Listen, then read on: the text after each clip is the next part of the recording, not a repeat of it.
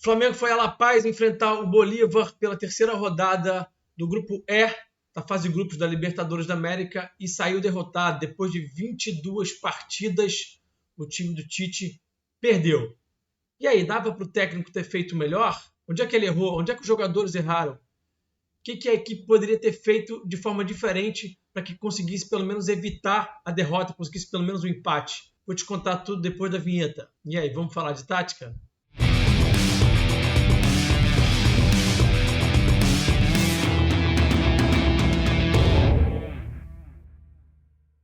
Antes da gente prosseguir com o vídeo, quero pedir o like. Não esquece de deixar o like agora aí, por favor. O like é muito importante. Se você esquecer de deixar o like agora, você esquece. Chega no final do vídeo, você fecha o vídeo, esquece de deixar o like e não contribui aqui com o trabalho. Se você também não for inscrito aqui no canal Falando de Tática, faça a sua inscrição agora, porque ajuda bastante o canal a crescer. O Tite foi a campo com uma formação com 3 zagueiros, com uma linha de 5. Ontem aqui no canal eu fiz uma live meio que surpresa, meio que do nada assim, montei uma apresentação rapidinho para falar sobre esse esquema de 3 zagueiros, mas eu me baseei muito numa formação defensiva num 5-4-1, que era um contexto bem diferente do que o Tite trouxe. Ele trouxe um 5-3-2 que deixou a coisa um pouco mais complexa, mais difícil de ser aplicada. O Tite errou nessa daí. Bom, vamos para as imagens, vamos para o campo de jogo, eu vou destrinchar esse jogo com vocês agora. Bom, o jogo começou já 1-0 para o Bolívar, porque com 2 minutos a equipe da casa fez o seu gol. Nessa situação aqui que eu vou mostrar para vocês agora, houve um escanteio, a bola ficou com a posse do Bolívar, a bola rodou lá para o outro lado, e aí o Vinha ficou aqui muito sozinho. O Vinha ficou sem nenhum tipo de dobra, e aí ficar nesse 1 contra 1 puro aqui é bastante arriscado. O Bruno Sávio, jogador brasileiro, bom jogador, técnico, percebeu que tinha espaço nas costas do Vinha, fez o drible aqui, vai ganhar as costas do lateral uruguaio do Flamengo. Ó. E aqui a gente está vendo o Igor Jesus, que está colado no Chico da Costa dentro da área, tá vendo? Ele está bem próximo do centroavante do Bolívar. A jogada vai prosseguir, o Bruno Sávio vai ganhar esse 1 contra 1 aqui, pedalou, ganhou bem esse 1 contra 1, e aí o Igor Jesus já abandonou o Chico, já andou para frente, já olhou só para a bola, esqueceu que estava próximo ali de um jogador perigosíssimo do adversário. E aí, olha só como é que tem 2 atletas atrás do Wesley, né? Os jogadores andando muito para frente, tendo uma referência muito forte só de bola, né? E aí o cruzamento cai aqui para o Chico da Costa, o Fabrício também acaba subindo um pouco, e aí o jogo, como eu falei, começou 1-0 para o Bolívar. Só que 2 minutos depois o Flamengo também consegue o seu gol. Então o jogo praticamente começou 1-1, porque com 5 minutos já estava 1-1. Por que o Flamengo conseguiu esse gol? Porque conseguiu trocar um pouco de passe rápido, curtinho, conseguiu aproximar os seus jogadores técnicos, como Gerson e De La Cruz especialmente. O Vinha e o Gerson foram muito bem no lance. Vamos ver aqui o lance. O Flamengo agrupando os seus jogadores, fazendo passe aqui no De La Cruz. E esse espaço aqui nas costas do lateral direito, o Saavedra, apareceu algumas vezes. O Flamengo pouco se aproveitou desse espaço, porque pouco tabelou, pouco conseguiu construir através de passes mais curtos. Aqui o Gerson e o Vinha, muito bem nessa leitura de atacar o espaço, percebendo que há uma possibilidade de atacar esse espaço aqui, conseguindo uma vantagem cinética, que é quando o jogador se movimenta antes do seu adversário. Então, tanto o Gerson quanto o Vinha se movimentam antes dos adversários e conseguem uma vantagem aqui cinética e, por consequência, uma vantagem posicional, e conseguem aqui se projetar para poder fazer o gol. O Gerson consegue dominar, consegue dar o tapa aqui no Vinha, consegue deixar o seu companheiro numa situação aqui de 1 contra 1. O Vinha é muito feliz na jogada, né? Ele consegue aqui um drible, consegue finalizar também com a pontinha da chuteira. Então, o Flamengo consegue o seu gol através de uma jogada de associação, conseguindo atrair o adversário, consegue juntar ali muita gente em volta da zona da bola para depois tirar essa bola dessa zona ali e conseguir uma vantagem. O Flamengo pouco fez isso durante o jogo, poderia ter aproveitado muito mais esse tipo de situação. Estrategicamente, faltou um pouquinho mais de leitura, de inteligência, tanto da comissão quanto dos jogadores também, porque o jogo também é dos jogadores, né? Os jogadores precisam ler um pouquinho melhor o jogo. Então, aqui a gente está vendo esse 5-3-2 e esse lado direito ficou bastante vulnerável. De início, né, a gente até viu o Vitor Hugo conseguindo fazer o que tem que ser feito, né? Que é isso aqui, ó, dobrar aqui, ó, e deixar o lateral, no caso o ala, né, o Wesley, mais confortável, tá? Ele tem que vir fazer essa dobra aqui para o Wesley não ficar sozinho, não ficar no 1 contra 2. Agora a gente vai ver também o Wesley fazendo o que se espera que um ala faça, nesse sistema de 5-3-2, especialmente no 5-3-2. No 5-4-1 é mais simples de você organizar. As linhas estão mais próximas, os deslocamentos são menores, as dinâmicas são muito menos complexas. No 5-3-2, os alas precisam estar o tempo inteiro saltando, tem que ter muita leitura, muito entendimento.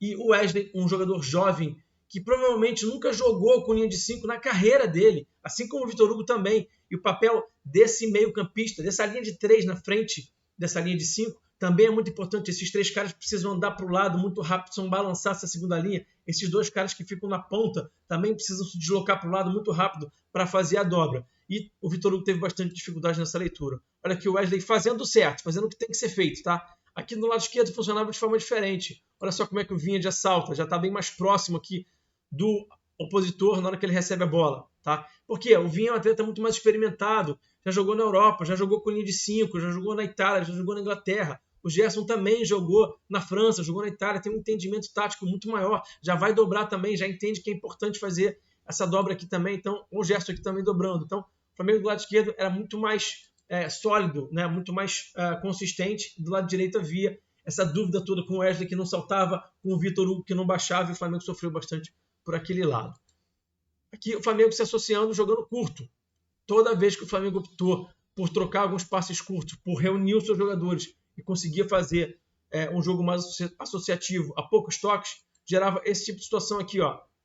Achou, trocou o passe e já conseguia progredir, tá? O Léo Ortiz fazendo esse drible aqui, né? O Léo Ortiz que foi pouco acionado na partida. Quase todas as ações do Léo Ortiz com bola foram bem sucedidas, mas ele ficou muito fora da criação e aí isso também tirou o volume de jogo do Flamengo. O Tite deveria ter gerado dinâmicas para que o Ortiz fosse um cara mais importante nessa criação por conta da qualidade que ele tem. Então, ele conseguindo fazer esse drible aqui, vai fazer o passe aqui no Vitor Hugo.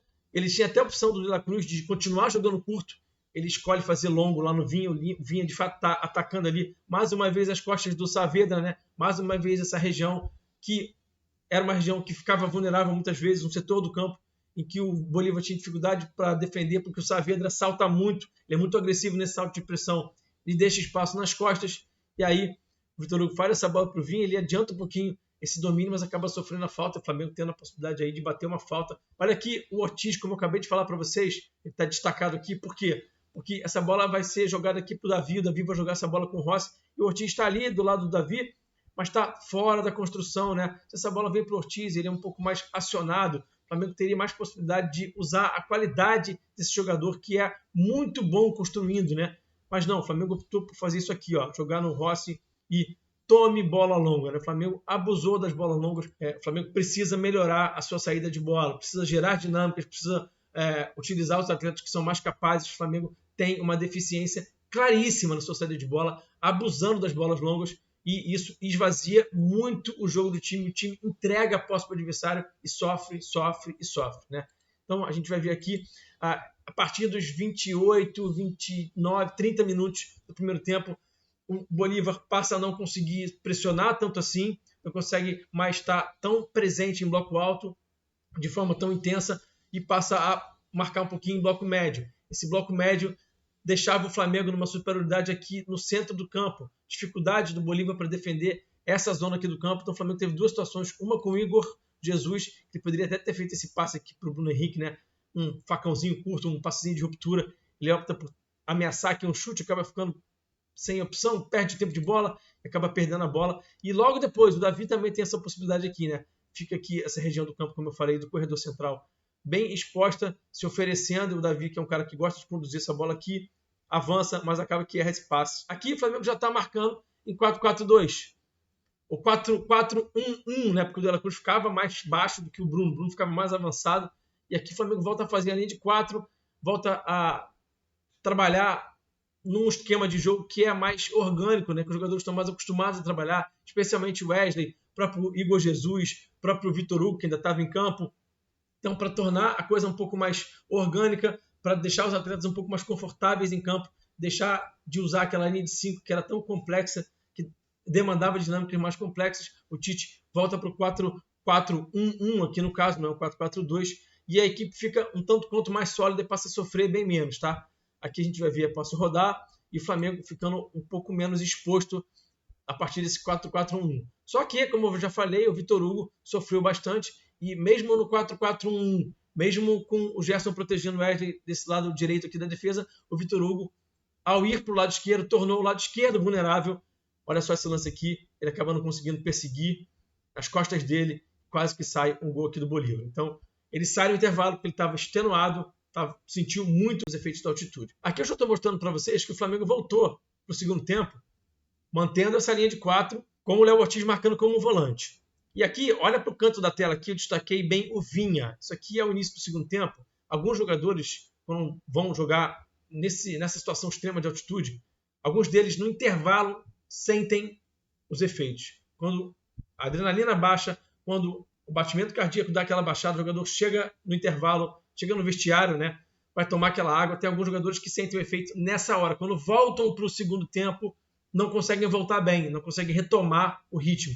O Vinha, olha só para ele aqui, ele já está de cabeça baixa, ele não está nem olhando para a bola, ele está desfocado do jogo porque ele já sentiu os efeitos. O Vinha, logo no início do segundo tempo, dava sinais claros de sentir os efeitos. Ele foi um jogador que fez um ótimo primeiro tempo, foi bastante intenso, saltando a pressão para evitar justamente sofrer ali defensivamente. Também atacou, ultrapassou, buscou cruzamento, deu profundidade para o time.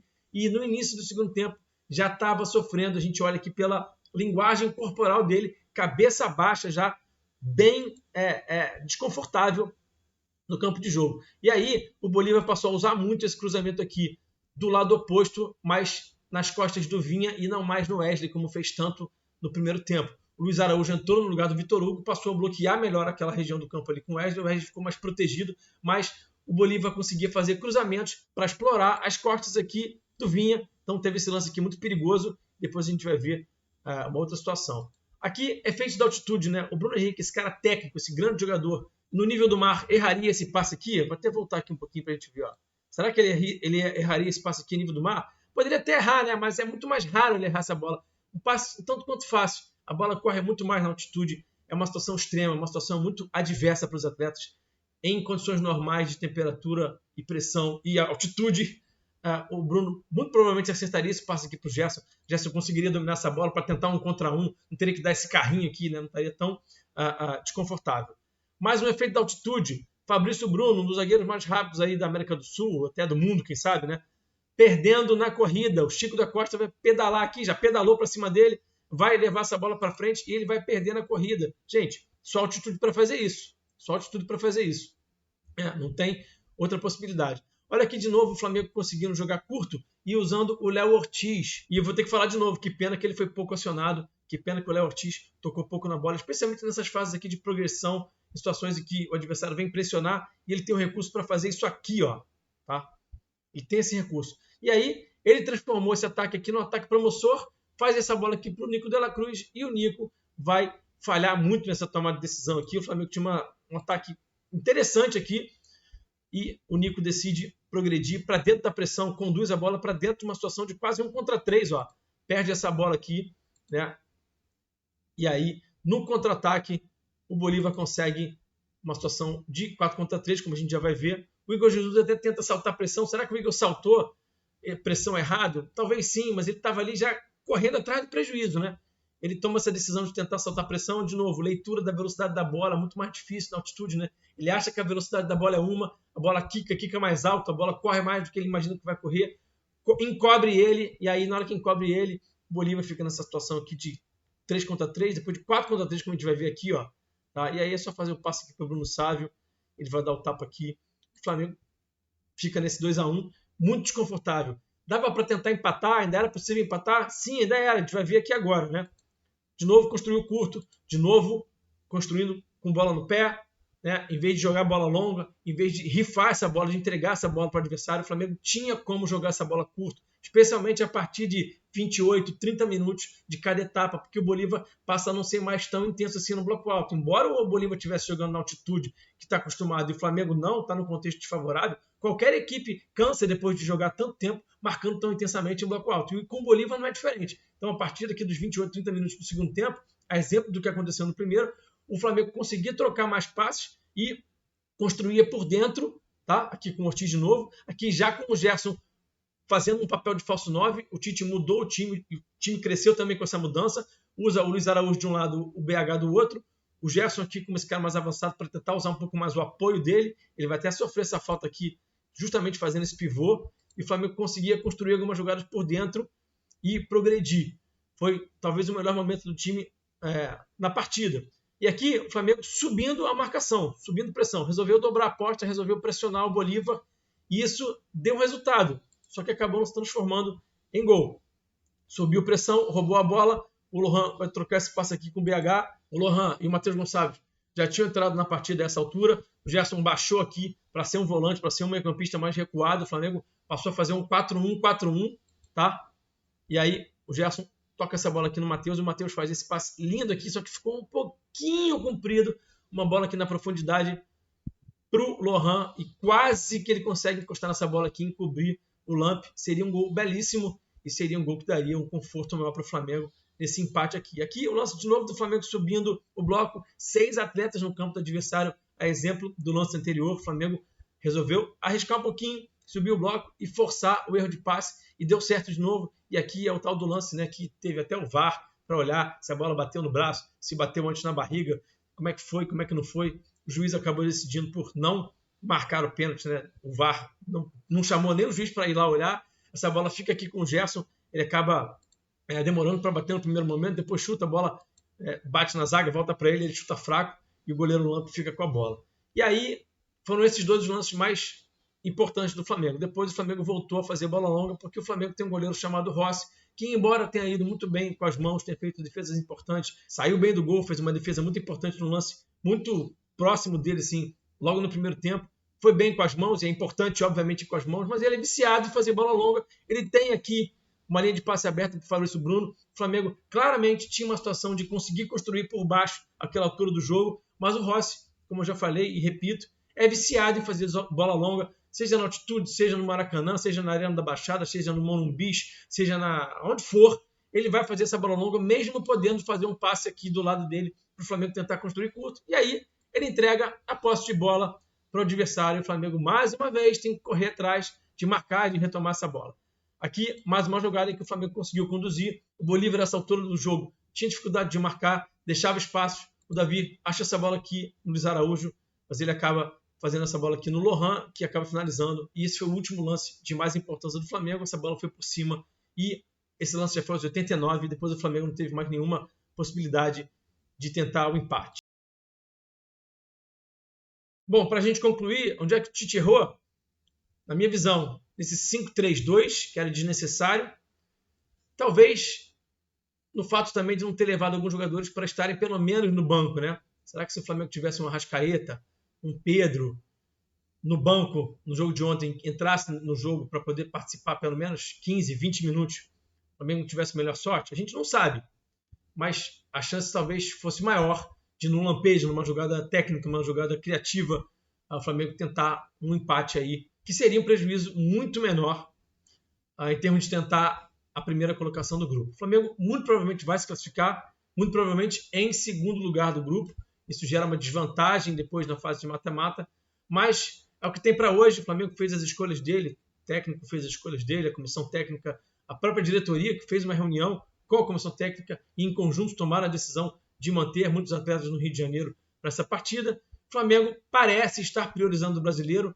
Eu, particularmente, gosto muito do brasileiro. Eu, particularmente, acho que é uma competição que precisa ser priorizada. O Flamengo deu de ombros para o Brasileirão nos últimos 3 anos. E se a gente for olhar, é a competição mais possível para o Flamengo, porque para quem tem mais grana, para quem tem mais elenco, para quem tem mais regularidade, para quem é mais consistente, o Campeonato Brasileiro é mais palpável. Então, acho que o Flamengo vai classificar, está priorizando o Brasileirão, tem que ir a campo domingo contra o Botafogo e ganhar, porque agora que fez essa opção por priorizar o Brasileirão, vai ter que mostrar resultado, senão a torcida vai ficar bem chateada. E, bom, vocês sabem como é que funciona aqui no canal falando de tática, mas é sempre bom repetir, né? Aqui não vai ter histeria, não vai ter fora Tite, isso é maluquice, isso é coisa de gente que joga contra o clube, na minha visão. Então, nem adianta chegar aqui no comentário, por exemplo, com fora Tite, que esse cara não serve para nada, ele é muito ruim. Não, ele é um ótimo técnico, ele cometeu os erros dele, ele vai cometer outros. Técnicos de futebol erram e acertam, jogadores de futebol erram e acertam. Esse aqui, produtor de conteúdo que vos fala, também erra e acerta. Todos nós erramos e acertamos, os dirigentes erram e acertam. Então, a gente tem que normalizar um pouquinho isso, entender, seguir. Foi a primeira derrota do Flamengo no ano. E se o Flamengo demorar aí mais 10, 15 jogos para perder, tá ótimo, que assim seja. Não vou nem falar de 20, 22 jogos, mas se o Flamengo for perder aí a cada 10, 12 jogos, vai conseguir coisa grande nessa temporada, você pode ter certeza. Para você que chegou até o final desse vídeo, vira membro do canal Falando de Tática, clica aqui em Seja Membro, você vai ajudar o canal a crescer. É uma merreca, é papo de centavinhos por dia, você vai ter benefícios legais em troca. Clica aqui em Seja Membro que você vai descobrir que benefícios são esses. Você com certeza não vai se arrepender. Fechado? Até o próximo vídeo, forte abraço, eu fui.